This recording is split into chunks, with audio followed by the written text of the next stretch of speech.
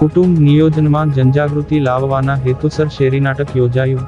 મોટી સંખ્યામાં મહિલાઓએ નાટક નિહાળ્યું। આયુષ્યમાન આરોગ્ય મંદિર ધોળીકુઈ દ્વારા કુટુંબ નિયોજન અંતર્ગત શેરી નાટક યોજવામાં આવ્યું હતું।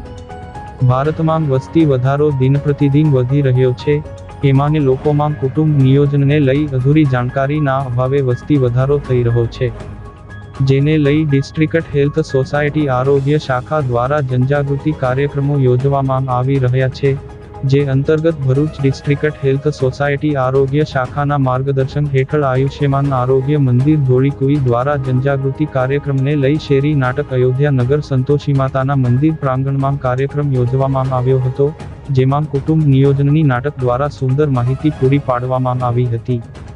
આ પ્રસંગે જિલ્લા આરોગ્ય અધિકારી ડોક્ટર જે.એસ. દુલેરા, ડોક્ટર મુનિરાબેન શુક્લા સહિત આરોગ્ય વિભાગના કર્મચારીઓ તેમજ મોટી સંખ્યામાં સ્થાનિક મહિલાઓ કાર્યક્રમને નિહાળ્યો હતો।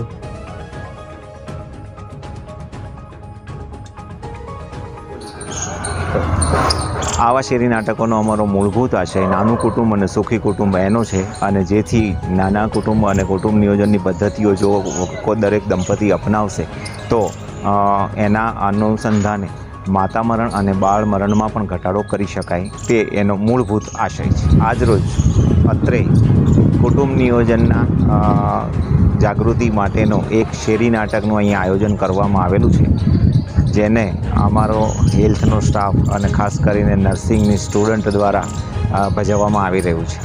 સ્થાનિક લોકોને આ નાટક જોઈને થોડો રસ પણ પડ્યો છે, અને સાથે સાથે અમે જે અવેરનેસ જનજાગૃતિ લાવવા માંગીએ છીએ એ જનજાગૃતિ માટે અમને સારી એવી મદદ મળી રહેશે, અને આ એક અમારો પ્રયોગ સફળ થાય તો અલગ અલગ વિસ્તારોમાં અમે આ પ્રકારના શેરી નાટકો કરવાનું અમારું આયોજન છે।